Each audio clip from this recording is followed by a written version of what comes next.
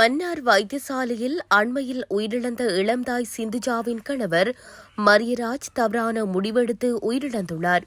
குறித்த சம்பவம் நேற்றிரவு வவுனியா பனிக்கர் புளியங்குளத்தில் இடம்பெற்றுள்ளது. சம்பவம் தொடர்பில் மேலும் தெரிய வருகையில், மன்னார் வைத்தியசாலையில் அண்மையில் இளம்தாய் ஒருவர் குழந்தை பெற்ற நிலையில் சில நாட்களின் பின்னர் இரத்த போக்கால் மீண்டும் மன்னார் வைத்தியசாலைக்கு சென்றபோது அங்கு வைத்தியசாலை ஊழியர்களால் கவனிக்கப்படாத நிலையில் உயிரிழந்ததாக தெரிவிக்கப்பட்டு பெரும் சர்ச்சை ஏற்பட்டிருந்தது. இந்நிலையில் அவருடைய கணவர் தனது சொந்த ஊரான வவுனியா பனிக்கர் புளியங்குளத்தில் வசித்து வந்திருந்தார். இந்நிலையில் நேற்றைய தினம் இரவு தவறான முடிவெடுத்து உயிரை மாய்த்த நிலையில் வவுனியா வைத்தியசாலைக்கு கொண்டு செல்லப்பட்ட நிலையில் அவர் உயிரிழந்ததாக தெரிவிக்கப்படுகிறது. இது தொடர்பான விசாரணைகளை காவல்துறையினர் மேற்கொண்டு வருகின்றனர்.